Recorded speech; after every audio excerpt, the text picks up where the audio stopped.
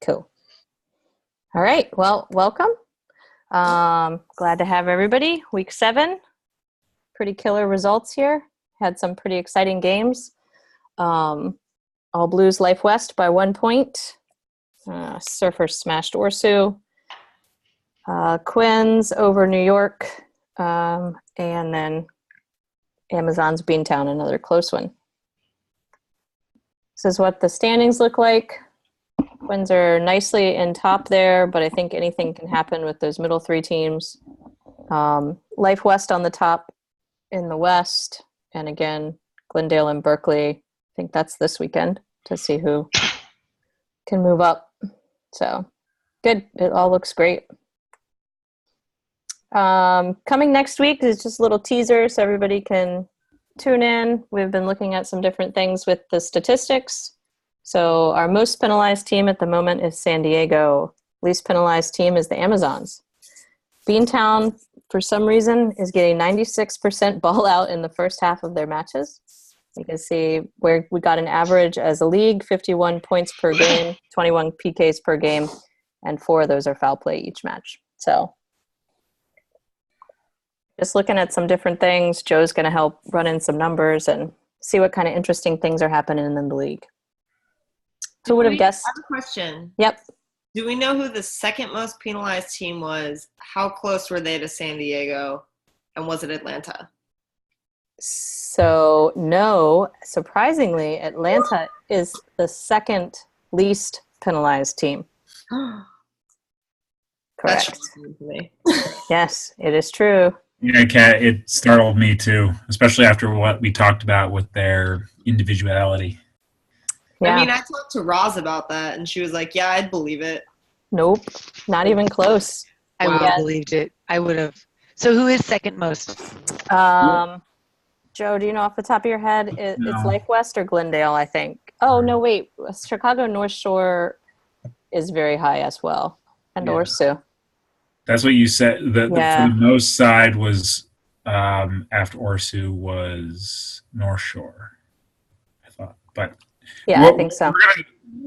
My goal for next week is going to be stuff like average penalties per game, because there's going to be a disproportionate number of games for the teams, as well as like, oh, hey, this one game they got penalized 20 times. Typically, they only get penalized 10 times. So we'll see that kind of stuff too. Joe, you want to look at distribution of penalties by quarter? No, I think that we're going to look at we might look at penalized by the attack versus the defense, and I might be able to do it by half. Peter, if you're interested in that, I will add that. I'm interested in home versus away.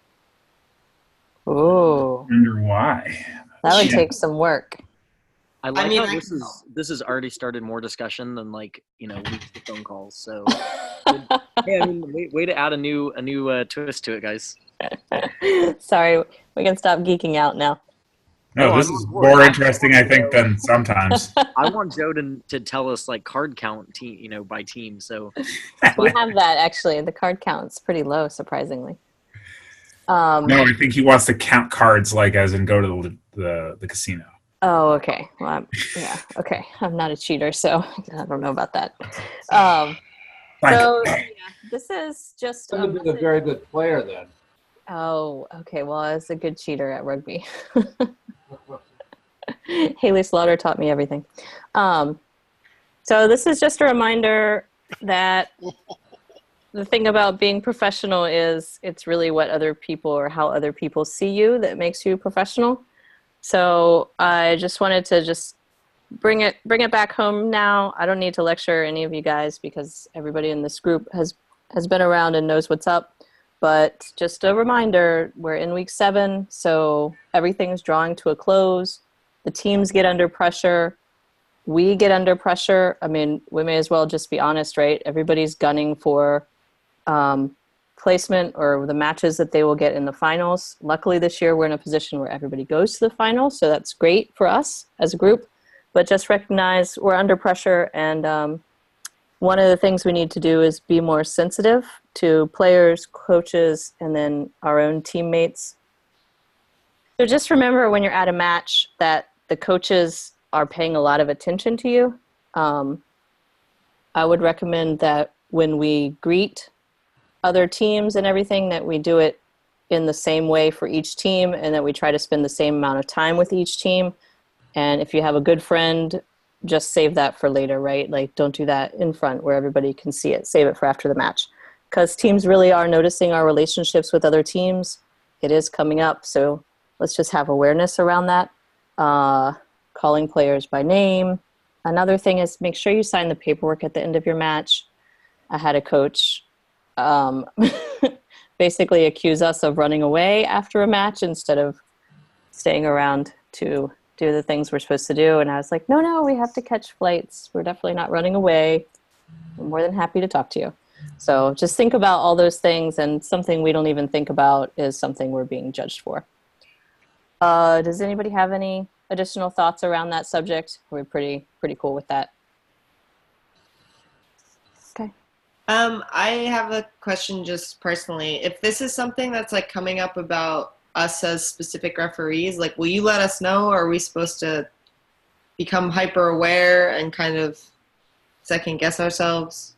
I think in general, I'm really good at bringing something to someone's attention if I think the accusation has merit. Okay. Put it that way. So, cool. Thank you. Yeah. I've just, some things in general have been brought up, none of which I think are important enough to name names, but enough of it's happening that we all just need to be aware of what we do and how we're perceived. So I know it's tough. You do have friends, but we do need to be professional, and especially at the finals, right? So cool. Thanks, Kat. Trends for week 7. We had a really good scrum week, in my opinion. I was really happy with that. A lot of the decisions made sense. We followed sort of a structured plan, and it looked good overall across all the matches. I would say from a standard standpoint, again, we were hit or miss. It just depended on the match. So general reminder, set reasonable standards. Start with the tackler. Make sure we're choosing clear and obvious penalty kicks. And that's just my little note. Remember, if you get in a bind, you do have unplayables in your pocket that you can use. And then my other thing, I know, Kat, you're probably going to talk about this a little bit, but it's something I've noticed across different matches at different times. So just player buy-in speaks again to the professionalism of our group, but making sure we're in position to make credible decisions, making sure the timing of our calls makes sense. The length of our discussions with ARs can be judged and brings into question whether we know what we're doing or not, and leads to player buy-in or not. The same thing with our body language and communication style. So those were my notes from the week. Anybody else have anything? All right. Lee Bryant asked to be up first, so let's go to advantage. And my video clips are in week 7, so they should be easy to find. Cool. I had a barn burning game. I had the Life West all Blues game in Berkeley, so this is my first game back since PRP. So yay! So it was a great game, though. I really I enjoyed it. It was a great fight. I felt like my game plan was good. Checklists worked really well. I'm really happy with the stats. So my takeaways mostly were like polishing some stuff up. But yeah, it was just a great game. Great game. Yeah, it's fun to watch for sure. And I got all excited. I'm all, Amanda, can I talk to you after the game? Well, sure. Like little kids. It was so fun. Yeah, that's the best part of the day on Saturday. So the clips I picked two kind of technical scrum ones, just to give people a picture, and then the other one is a discussion point for What do you want to start with? We've got crabs. Let's start with we've got crabs. So don't play it yet, but so this is real typical of Life West, is they like to make things unstable. So what you'll see is that they start shifting before the ball's in, and they crab walk to the left. And I talked to him about it twice, and then so the second time I was gonna free kick him, but the ball came out. But then they stopped doing it. But it's something to be aware of. So go ahead and play it, please.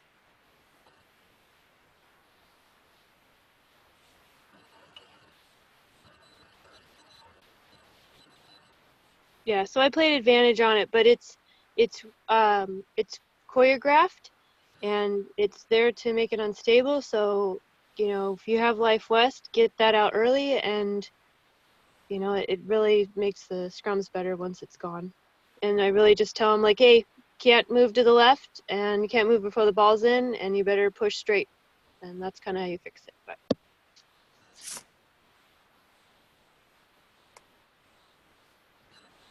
and then, oh Next yeah, one. yeah, the next scrum. This one is so a little bit of, so when you look at clips, sometimes it's good to have a little bit of story behind it, because otherwise you're just looking at a symptom. Is Life West is the dominant scrum, and this is in the second half, and probably about halfway through the second half, they just ran over Berkeley a little bit. So what I told him is guys, look, if you guys can't pop him up, right? So the scrum before this, they had popped him up. They had Life West has popped up all blues, and I called him for it. And so on this scrum, I said, look, if you guys stay low and they stand up, I'll give you the penalty. But unfortunately, they still popped up the hooker. So let's take a look at this one. And this is textbook dangerous lifting in a scrum. Watch the All Blues hookers' feet.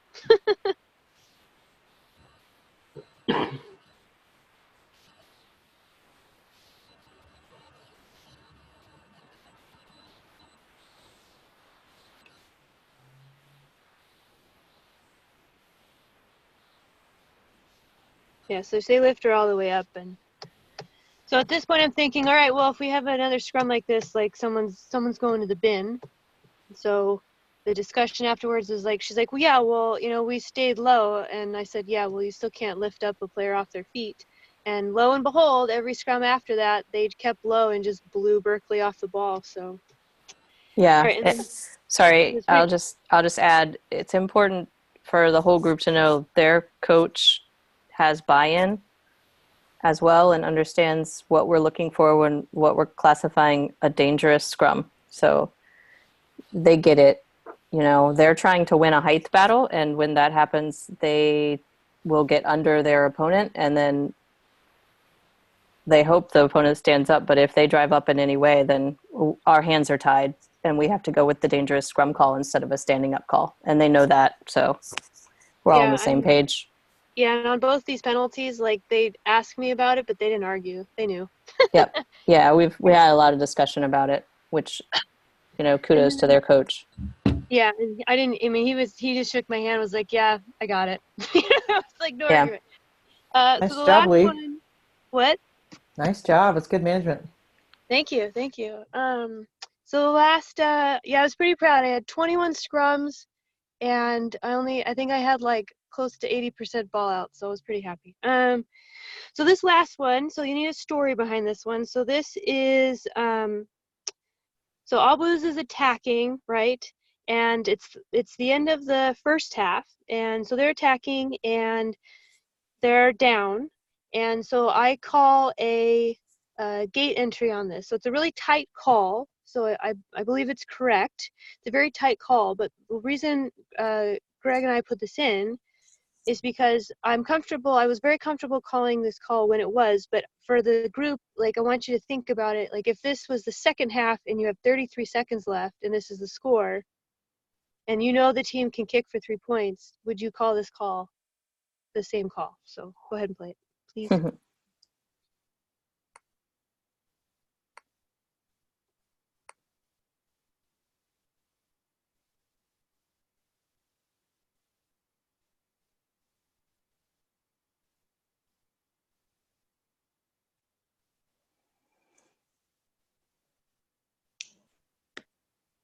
So yeah, so it's an interesting situational attacking theoretical clip to think about in your games is how tight do you want to call it in that place in the field.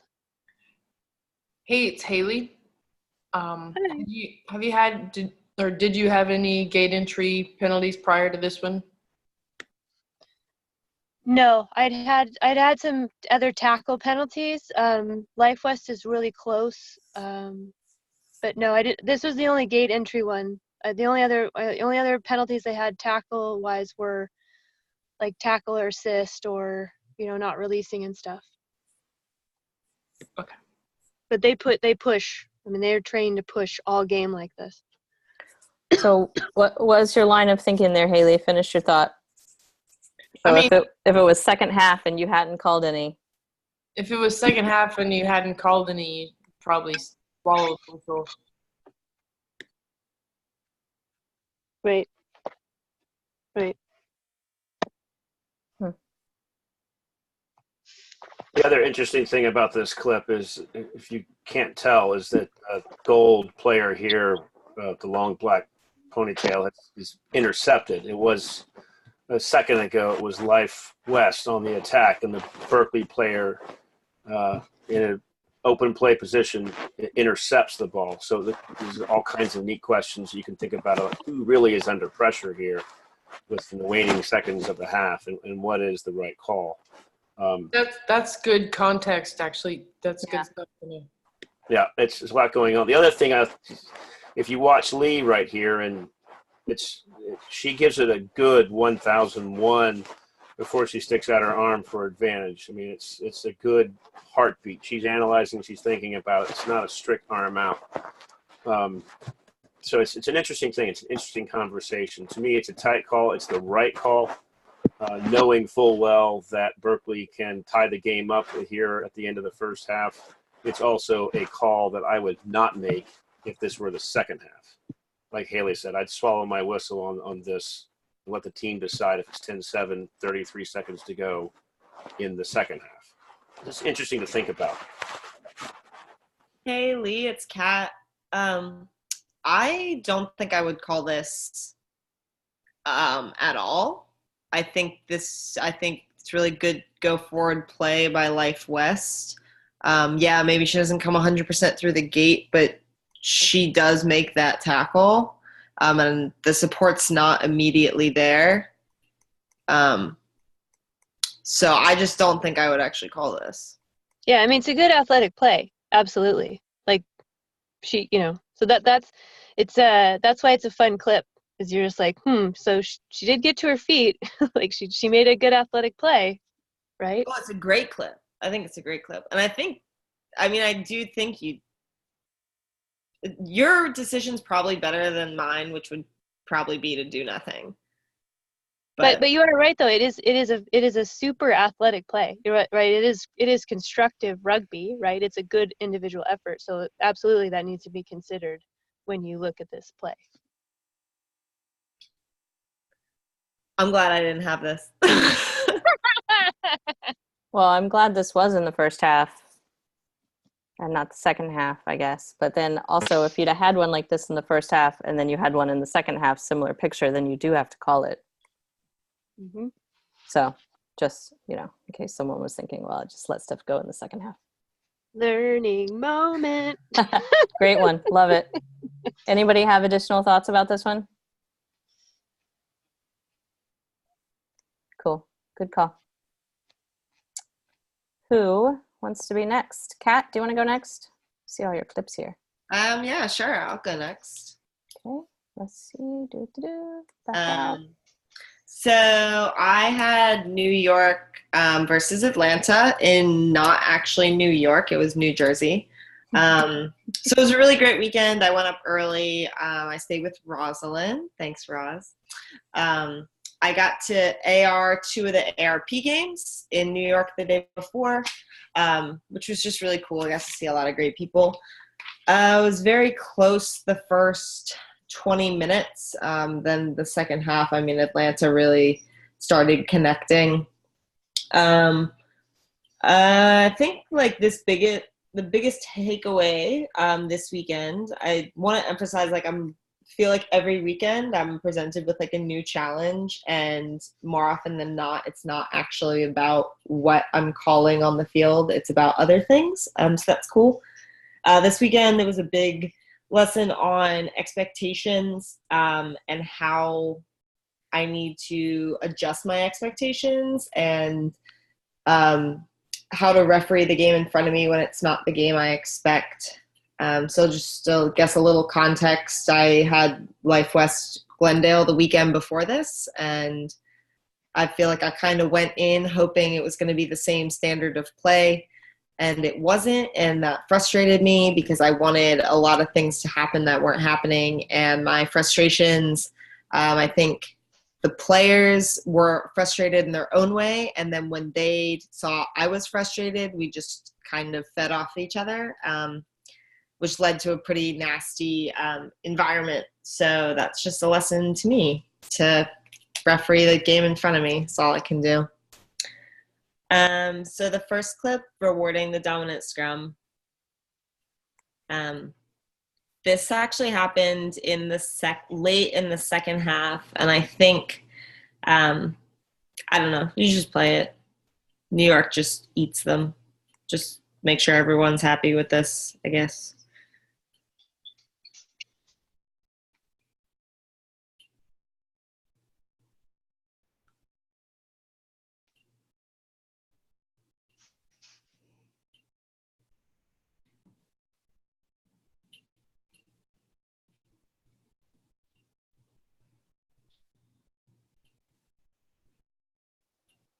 Hey, Kat, it's Michelle. Hey, What did you use for a secondary on that? Great question. That's a great question. Just because the reason I ask is because I had the same situation happen in my game, and Roz and I talked about it, and if I can give you insight on what she discussed with Peter. I think Kat's situation is slightly different than yours, but I actually almost added yours to the folder so that we could look at both of them. Okay. But they just mentioned the ball because it was the same thing. The team in possession didn't get it. And Peter said that number 8 for the losing side was in too deep, if you will. So their hands were past the second row, and therefore that's the illegal call. If everybody bears with me for a second. Is this the wrong one? No, that's right. it. Yeah. Remember about what time that was? 66. 62 okay. something. Yeah. Can I just say that? Can I say something? Mm-hmm. Great. So, because what my concern is, like, I see how we reward the dominant scrum, but my concern is that when you reward the dominant scrum, you're also penalizing the other team. And you can't, if they ask you what it's for, in my opinion, you need to tell them the thing that they need to fix. So that's why I called up Peter, because I couldn't find something in law that I felt really confident in. So that's where that came from. But this one, when you think about what the 8 is allowed to do, which is to pick up from the feet of the second row. She's in it picking up from the feet of trying to pick up from the feet of the prop. Yeah, so that's where Michelle's clip is slightly different than Kat's. See how deep the 8's in? That orange 8 is just diving in there trying to salvage a bad situation. And Beantown has earned the right to say, no, you can't. If that plays out without the 8 diving in, everybody expects either Beantown's going to, the ball's going to come out Beantown's way eventually. So, Peter, what's the secondary there? Like binding. Yeah, I would use binding. And point all the way up to the shoulders. That's what I would do too. And the one that we just looked at for Kat, does anybody have any ideas what would be a useful secondary in that situation? So I sorry to interrupt, I want to say something, but Rosalind actually brought up a really good point in saying, "What do you say to the team?" And I think what my secondary was kind of just like, you just totally fell, death. But what I said, because you see, Courtney asks me what they did. And I was like, look, if you're getting driven backward, you've got to keep your feet and you've got to stay bound and stay up and just let them drive you backward if that's where you're going. You guys are just going to ground, bailing out, all of the above. So that's probably the first. Sorry, Kat. No, go ahead. What do you think was causing the upward motion very early in that scrum? I think it's just because it's the attacking scrum. I personally think it's the hooker who's trying to get the ball, realizing this is not going to go her way. And kind of like trying to kick out and get that ball. I mean, maybe not. I don't know. Because to me the collapse is being advertised early on in that process. It was inevitable with that upward motion, and with white being so dominant, driving backwards. The angle has been shifted. That really the only thing Atlanta can do is go down. Yes, I agree with you. Yeah, so I'm thinking a decent secondary here probably is just the hinging one. Anybody have a better idea? I mean, or you could just go unbinding again, but it just seems mean. Yeah. I'm just gonna verbalize what Steve Gore is saying in the chat, which is okay, good. I can't read it. Is it like in the end they're collapsing? So could you just? Yeah. It's good. I mean, it's definitely a dominant scrum. So those are two pictures, and then I think they're both worth looking at.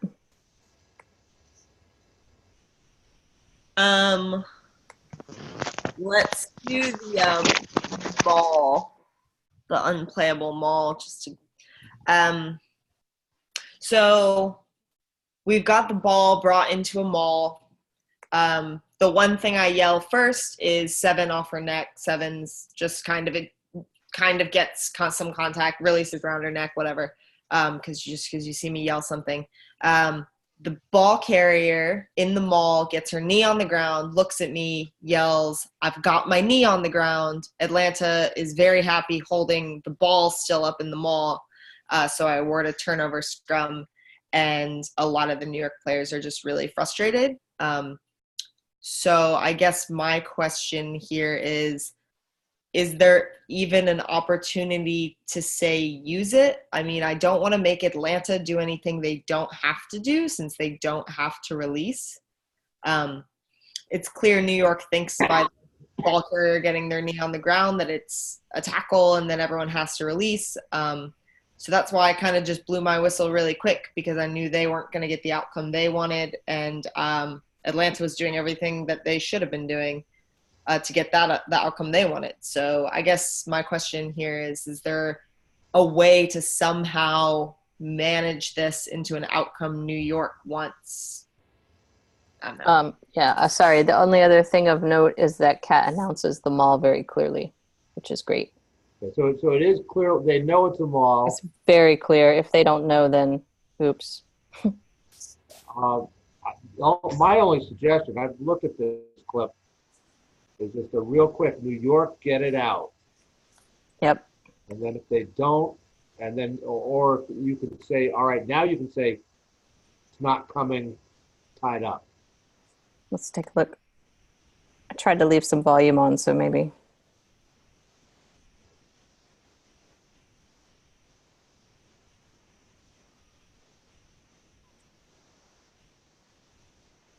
You can see her yell mall. Yeah, you can see her mouth move and say mall.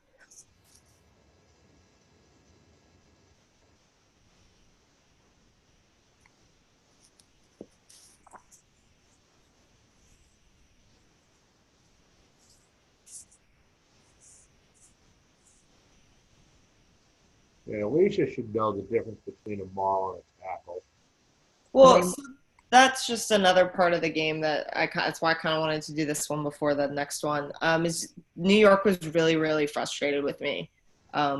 And you can see after this, I mean, you see these players trying to kill me with their eyes, which I really have to admit some of that was my fault because I was frustrated that like I have a situation like this where I'm getting questioned and I'm like, this is not new. So that was my fault as well. But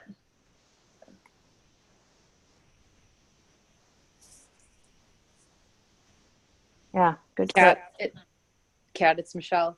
I just wanted to say I empathize with that feeling because I feel like when I had New York Amazons, I had a couple instances like that where I was just like, what did I do?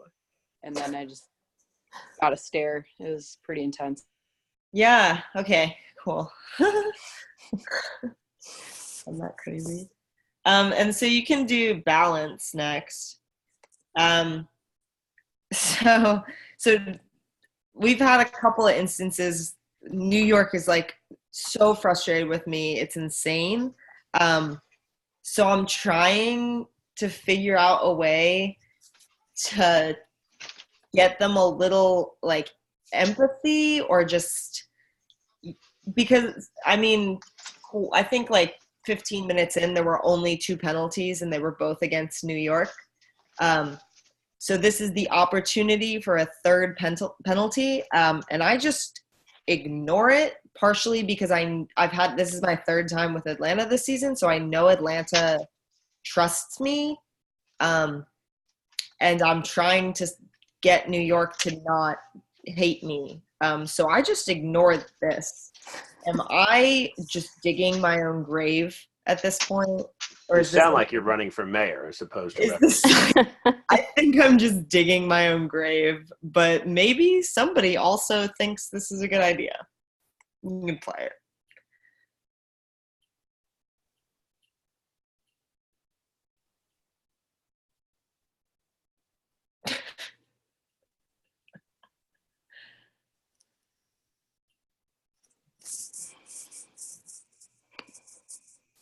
Yeah.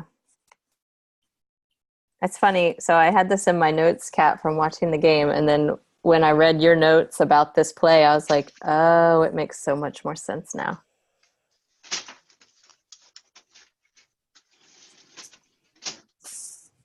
How far after the mall did this happen? That was definitely after the 2 penalties. I actually 7 think minutes. that was after the scrum to the intentional knock on the. Oh, that one was. So, like, I think it was after both of those, which is a great clip if you guys wanted to go into the report and see that. More people yell at me. Yeah, I have a question. So wait, in that last one, you felt like New York was frustrated. You didn't penalize the tackler for laying on the ground? Right. Yeah, because I'm just trying to let one go. So maybe they'll like if I penalize them here, I've lost them for the entire game.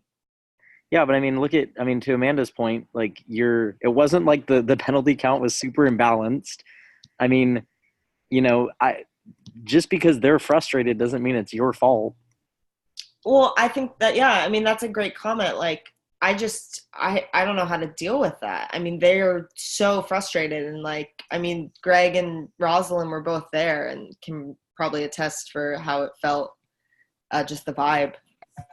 Hey, Kat, it's Olivia. Did you verbalize to the player to roll? No. So a thought to consider is to be frank about it, is if you verbalize, 8 white roll and she doesn't get out of there afterwards, say, hey, I just put my asshole points in my pocket and didn't award that penalty. So you verbalize, you observe the infraction when it happens, you don't call it, and then you make a point of telling her, I just left my points in my pocket that time. And you get a little player buy-in. Okay. I did that later on. She did a knock on offside and I kind of did that for her. But yeah, maybe doing it here would have been a good point because I definitely didn't do it there. Yeah, that's a great point, Olivia. Thank you for that. Hey, Kat, when you started your discussion, you said you felt frustrated that the game was not the same as what you had the previous week. Were you feeling that during this game? I mean, not afterwards, but actually during the game. Yeah, I mean, I just felt, it was just frustrating that I'm like talking over like basic law things. So do you think then that you started overcompensating because you started feeling guilty at that point? Sure, that's definitely a possibility. I would definitely agree with that. And so my thoughts on that are, you don't need to do that. You're a very good referee. Well, thank you. Oh, my heart just got a little fluttery. Oh, don't do that to me. I I'll love ruin my you guys. reputation. You ruined my reputation. Don't do that. We won't tell anybody. Thanks, Dave. That's Appreciate nice, that. David. I don't want It's to take up being everyone's recorded. time. It's Well, being recorded. I'll cut this part out. you re-listen to it. Please. There's going to be a gap, and then there's going to be an impeachment, and oh. Yeah, don't go there. Will Thank you, just, Kat. will you just clip history being made just so we can Oh, yeah, so we can watch a good one? just check this out. Just play it Okay. for everyone at home.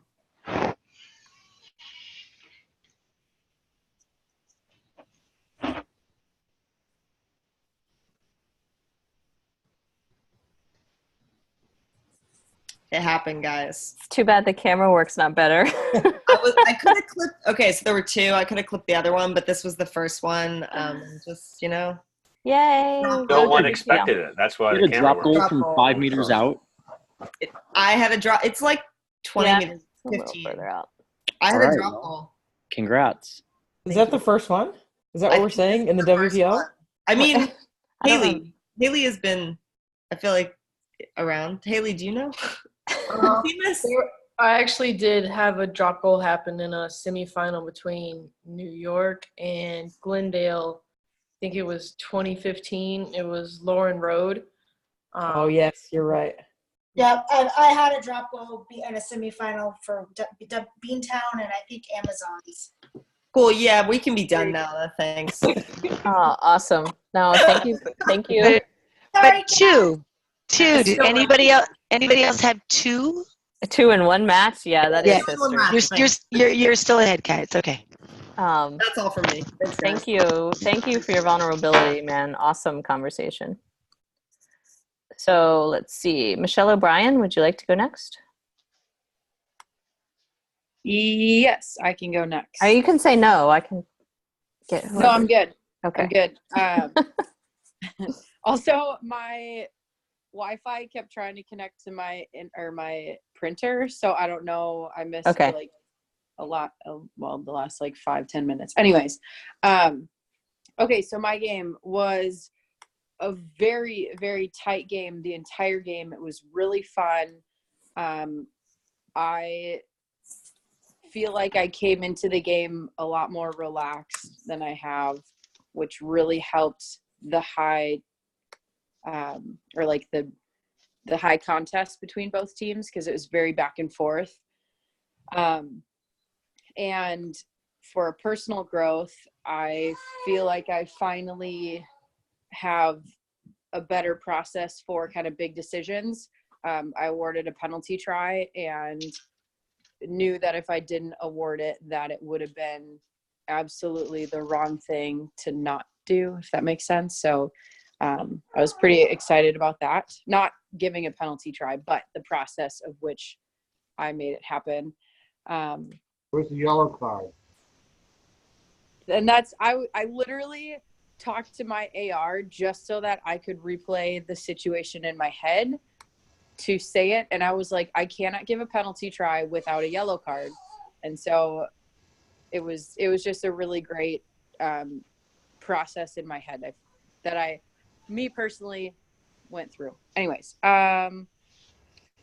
if we go to the clips, and the weather was terrible.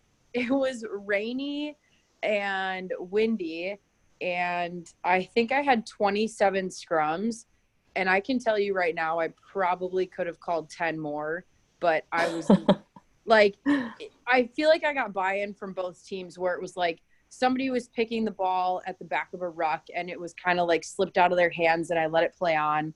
And then it happened vice versa to the other team. And after that, like nobody said anything. So I was like, thank you.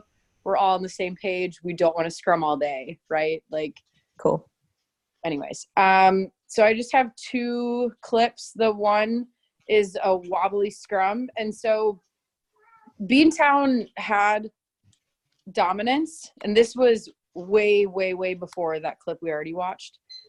And it was just awkward. I mean, when I watched it, I was like, it seems like Beantown is the stronger scrum. So why would they be, are they trying to draw a penalty, or are Amazons trying to draw a penalty? Is it not tight enough with the front row for Amazons, etc.? You can play it. So it's kind of just a discussion point.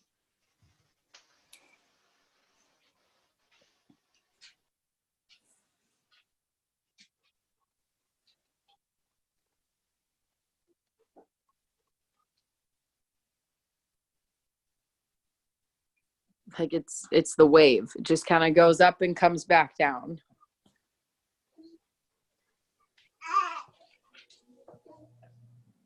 Are you managing the front rows or are you managing somebody else? That's a good question. Because I feel like I'm probably talking to the scrum half. But after that scrum, it was the next scrum that I talked to Beantown number 3, and I was like, hey, make sure you're driving straight, because it looked like she was driving up, but then I'm like, why would she drive up? Because they're the stronger side. I don't know if I'm just thinking too far into it or. Well, hey, this is Bob. So in this one, this was actually, so this was the seventh scrum in your match. It was also the first Amazon put. So I kind of put that in your notes. Unfortunately, I'm sorry I didn't finish your report. So we got a late start there. But so I kind of put that in your thing, whereas this is the first time. So I was looking for a pattern. Is it because it's Amazon's put, so Beantown's trying to be a little more aggressive or not? That was just a question for you. And after you spoke to him, it was perfectly clean the rest of the match. So you managed it. So maybe it was number 3, pick in my pocket. I mean, it looks to me like she drives up. Yeah. But, I mean, there's nothing to see here, right? They get ball out, good platform. Yeah. Yeah, word at the next scrum. That seems perfect to me. Does anybody else disagree or have other thoughts? I'm just also wondering, I mean, Amazons look like they're maybe got some weight on them too. Could so be. They could have actually just kind of held the push that time. And then this is kind of my question is, number 2, Orange goes into, I guess, tackle the ball carrier, because the ball maintains at the front of, I don't know if I should call it a maul, but is it a maul when she binds, or is she going just to make the tackle and then is it just a tackle? Depends on where she hits, doesn't it? Let's watch. Think about the definition of binding, right? That's full arm, and it's from the hips to the shoulders. Okay. So 2 scrum half over here. Is that who we're watching? Yes. Scrum half, whatever, hooker. Yeah. Scrum cap. That's what I was trying to get to. Whew. Not a maul. We all agree that that's not a maul, right? They had a maul, Sam? Well, once it peels off, or once it's handed off and then it hits 2, is it a maul at that point? So just slow down. Go through it. slow-mo.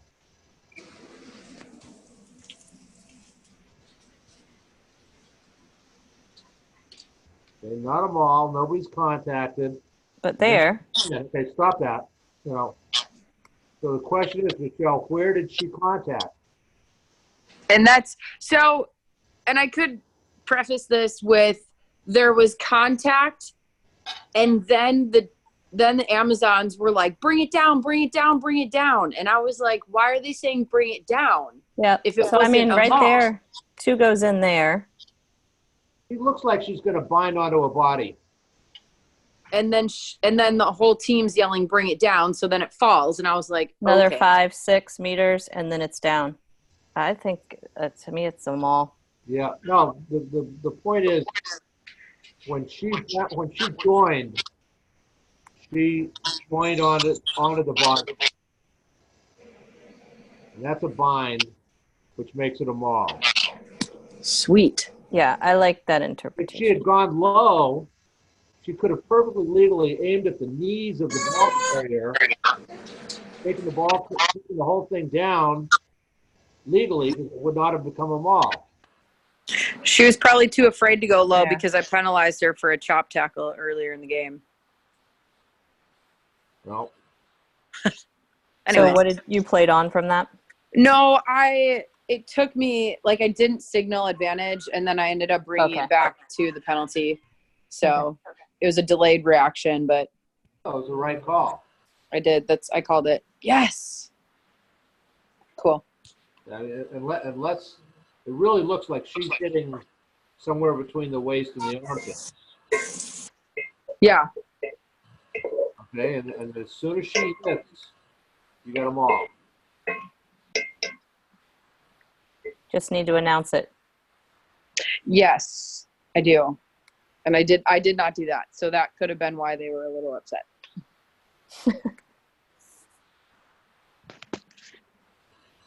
And that's it. Just 2. Yeah, that's all. Clear distinction whether or not she can take it down. Yes. Okay. Okay. Thank you, Michelle. Anything else? You're good. So, Lee Johnson, are you going to do Julianne's for her? I will. Evening. Julianne apologises. She unfortunately has engagement with World Rugby this evening in Glendale. So let's give you a little bit of background. And again, it ties in with what Joe's been looking at. Is watching her game. She was at Surfers against Orsu, and can certainly see why both sides are pretty heavily penalised. There was a high penalty count. There's 27 penalties in the game. When it comes up, a lot of them at the breakdown. There was a trend established by both sides. When they were under pressure in their red zone, they were infringing to kill the play. And it was a clear trend, and it happened throughout the game. And it's a discussion I've had with Julianne that she needs to be mindful of and pick up on the trend recognition. So I think she's going to be good. So it was a stop-start game. There was phases where both sides played flowing rugby with an intent attack, and then there was other games where it was so disjointed, it was unbelievable. So let's have a look at either one. Okay. They're both similar. I mean, this one is, to me, the way this morphed to bring it down, it's potentially dangerous. And just play it. Let me get that sound off. Just watch the actions of red, of the Orsu players.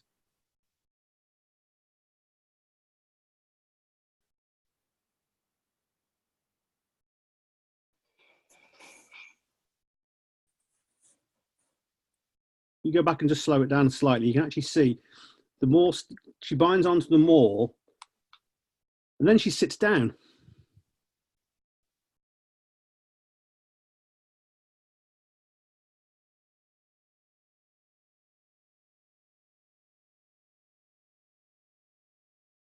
Wow.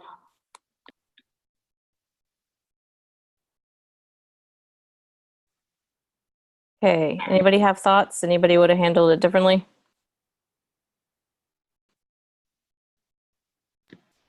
This is Haley. I don't know if she saw like how blatant that was, or if the AR got a number for her, or if the girl. No radios. She No. saw it. She played on advantage, and then she brought it back. She plays through the end. You can actually see her Julianne's reaction, where she basically crosses her arm. No. Did she give a card? Had there been a pattern? There'd been a pattern throughout the game, and there was no cards. Hey, I'm okay for the first time for it not a card. Like that's pretty bad. It wasn't the first time. For a collapse? Well, no, it wasn't the first for the collapse. Yes, it wasn't the first time there'd been an infringement with inside the 22 by either side to kill the ball. Oh, right, killing the ball. Okay. Yeah. So this one alarmed me. Just the way she bound on, and she just sat down. yeah, I mean, it's hard to tell from this camera angle. To me, it happens so quick. When I saw it, I just thought it was a sack. So I was surprised when she went back for the collapsed maul, to be honest with everybody. Anybody else on my page, or I'm just all by myself? I was thinking that, I'm wondering if the Orsu player thought she was sacking. Yeah, I'm on the same page. As in, you think it's a I don't sack, like- or I don't like the way she did it. I think Oh, well. she's sacking, and it's not good, but she's sacking. Yeah. Yeah, I kind of agree. I also think she's just sacking. who would have played on here? I would have. Me. Me. Me. Me. One man. Peter? I would have been happy with the referee who played on. I'm way past the stage where I'm refereeing that level of game. Good answer, Peter. Hey, Peter, I resemble that remark. Oh, come on. I'm at least a couple of years older than you are. Oh, I doubt that. So, But I'll give it. I'll give it to you. Wait, who's speaking? Okay. It's okay, Rosalind. Yep. So it seems to me that this same team, Michelle, maybe it was in your game, where that same kind of thing happened, and it looked like, oh my goodness, she just got run over. But now that I'm seeing it in a different game, it does seem more purposeful. More like what? Sorry, you're breaking up a bit for us. I was saying more purposeful, like, it's on purpose. The game that is this working? I'm having some internet trouble. Yep, now you're fine. Can you hear me now? Okay. Yep. So I just remember seeing that in the game and thinking the girl got run over. But when I'm seeing it now in this game, it is more of a sit. So I understand the play on, but I think it's interesting that this has happened in more than one game. Maybe it's her tackle technique in that situation. I mean, I don't know. Could be. I just wanted to throw that out there because I don't know. I don't know what to think. I understand both the play on, and I understand why Julianne would penalize that. So I'm not really helpful in that area. But interesting that it would be in another game. Well, I'm looking at it this way. I mean, I think it is a sack because it's happening quickly, and I don't see anybody else, coming into contact to make it a maul. But the way she brings the jumper down by getting so far under her and essentially using the body weight to dump it, is that safe? Is there anything illegal about it? So who's speaking? Go ahead. That is. So from like a player perspective, my take on this would be if like a normal sack, you grab them and pull them towards your own goal line. Mm-hmm. I could see a player having issue with that because then what if she accidentally pulls her into another Orsu player? It looks more like a big collapse if you think San Diego was moving forward. So I think this could be her technique to show she is clearly sacking. Nothing has moved forward. As soon as she hits the ground, she's going straight down. That's kind of my perspective as a player. You're like, fine, I can't tackle them and pull them down towards me because then that, like, everyone collapses with it. It looks like a more dramatic collapse. So I'm just gonna, as soon as she hits the ground, I'm gonna sit right here and show you she's down. Could be.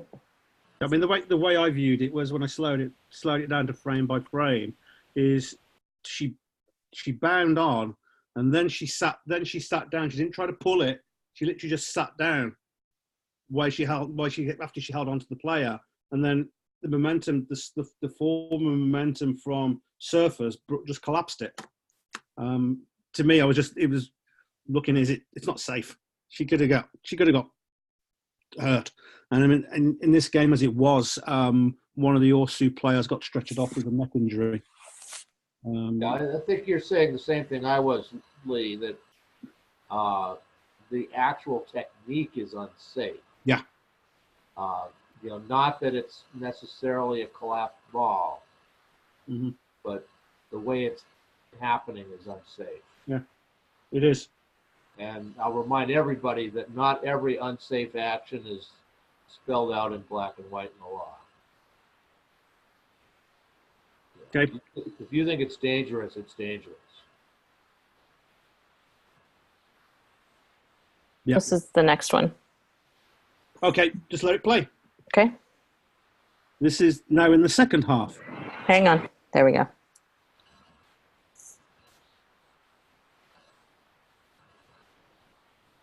So you just play it again. What happens here is Orsu have got some forward momentum, 6 meters out from the line.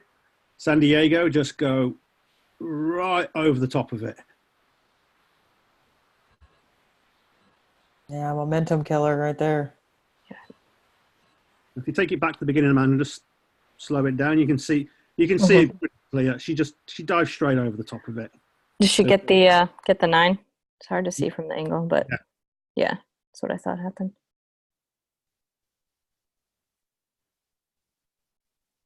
There you go. Yeah, see, I'd want yeah. the whistle quicker than it comes. Think about a yellow card. Yeah, right there. Yep. Look at Luann. Luann, she body language. There you are. She's like, this is great. Yeah. Particularly where it was you're 5 meters out, and that was a good platform for Orsu. Julianne didn't give the penalty to them. She thought it was clean, and then on review she said she admits she got that one the wrong way around, and then ultimately she gave a penalty to surfers for Orsu against Orsu. And it was just, to me, it was just two trends I saw of both sides basically killing any forward momentum in any attacking presence in the red zone. Yep.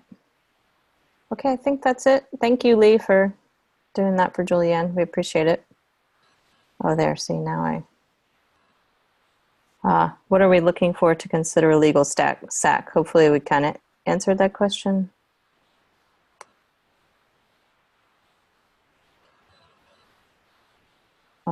Let's see. Yes. What? Just in terms of what do we consider legal sack? That was Steve Gore's question. Yep. Somebody want to take it?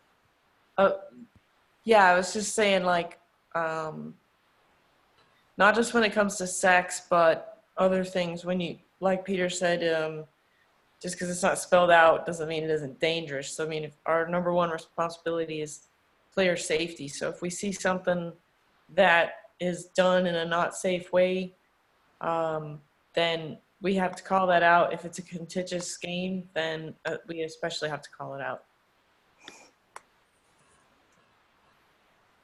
Thank you. Yeah, I mean, for me to be a legal sack, it just needs to happen before I think a maul is formed. So I don't know that I think anything was inherently dangerous about that other situation, but. Hey, Amanda. Yep. This is Greg. I have a small point. Just for clarification from the group, I happened to be at Cat's game on Sunday, and at least twice that I saw players were going in. And I just want to make sure we're all on the same page with this, because I've seen this happen in the past with respect to jewelry. Very small, almost minuscule, like nose studs or whatever. Mm-hmm. Players wearing those as they go into the game. do we care about that? I mean, do we have a stance on that? Do we want to have a stance on that? What's the? I know it seems kind of small, but it's one of those things that. Yeah, no jewelry. Sometimes I've seen it takes a lot of effort to get some of that stuff out of the nose or. Well, then they should be playing ping pong. Is that right? I mean, that's what we're going to go with hardcore. I mean, I'm that's fine with that. I just want to know that we're on the same opinion. standard. We're That's in my week 7, opinion. and I still got players coming in wearing jewelry. Yeah, I mean, if I don't know, I've just always thought it was dangerous if it scratches somebody else. I really don't want to be scratched by someone's jewelry in a ruck, personally. Dangerous for the person who's wearing it too. Yeah. Yeah, right. I've seen some incredibly horrible scars and ears from earrings getting ripped out. Now that said, I've played with my industrial piercing in for years, so. I think Greg is talking about the girl who has one of those like oxen leader nose things. Yeah. He did say it was really hard to take out. And I asked her about it after I did that game with Beantown, and she said if it got ripped out, she would wait until it healed and get it done again. So what do you say to somebody like that? Get off the pitch. Yeah, don't play rugby. Can't Yeah. do it. Play a different sport. Alrighty. Thank you. It might be worth an email. A or note something. to the teams. Yeah, I'll do that this week then. Let me write my note right now. Yeah, I mean, I think that everything that has been put out by USA Rugby to this point backs up that. And I would imagine if I look in the league agreement for WPL, I would find the same language. So, The Atlanta and World Rugby the same. That's what I was talking about. yeah, I mean, ugh, yeah. Okay, thank you. So, week 8. We have a very exciting Saturday. I hope nobody has plans because I think we're going to have 3 live streams. This really makes my whole weekend. So Haley's down in Atlanta. Lee is taking Life West Surfers, and Steve Gore will do Glendale All Blues, which I think could be a really exciting one. And then Stephen Fenaroli, he loses out. I don't think there will be a live stream at North Shore. I'm crossing my fingers we just get video. That's all right. I'm Sunday anyways. Yep, Sunday. You're right. You have Sunday. So enough time to fly to North Shore and everyone can watch Steven live. Just saying. That's true. We could. The big one. That would be some serious support if we all did that. Why don't you call USA, see if they got money for it. Yeah, right. Just some little reminders. Hopefully everybody got their notice to order kit. If you're a referee and you didn't get the kit notice, let me know. I'm hoping that we will have it by finals. Stop laughing. Which year? Okay, professionalism. Somehow, I think that we predicted that back in the first phone call. We did predict it, but that's because we're so professional, we know what to expect. Yes. Complete your reports, please. This is the first week we've got several undone, and I know everybody has things. And we're in the week 7 slump, but let's get those done because honestly, the teams are looking at them. I'm getting questions every single week, from different coaches or whoever they have looking at stuff, and let's make sure we've got that for them. It's not just for us. So once they're completed, make sure you publish them, and then if you haven't done your membership yet, please get that done. It's about time to start naming names if hounding us about this for a month. I actually didn't check this week. It was just a reminder I threw up there. I've checked every other week, and there's been people who don't have them. So we could all have it done now, I'll admit. And that's all I have. So thank you to everybody. Unless somebody has a celebrate success, because I didn't have one this week. So does anybody? I have amazing? one, and also an addendum. Congratulations to you, Amanda, for getting into your club's Hall of Fame, Raleigh's Hall of Fame on Saturday. Congratulations. Congrats! Hey, here. Yeah, I'm really excited. Now you're And then the second thing is, so we're all coming in on Thursday, Halloween. I would suggest a costume being Where's Waldo? everybody wear a red striped shirt and a hat and glasses if you can get them, and then we'll all come together as Waldo. I wholeheartedly support this. I can get behind this. Okay. I don't dress up. I don't know where I'll find stripes. On Friday. Can I bring my car instead? If you hand out candy on your airplane, you'll either be really appreciated or really in trouble. Oh, creeping on everybody. It's okay. I'm doing it. I'm down. Guys, Where's Waldo? Thursday coming in. Where's Waldo Thursday? Where's Waldo Thursday? Okay, that's our thing. It's good enough. Anybody else have anything? Super. Well, thanks to each and every one of you. You're great, and I love working with you. So go forth. Have fabulous Thursdays. Have a good weekend, everyone. Bye. Another meeting tomorrow. Yeah. Thanks for reminding me, Peter. Bye.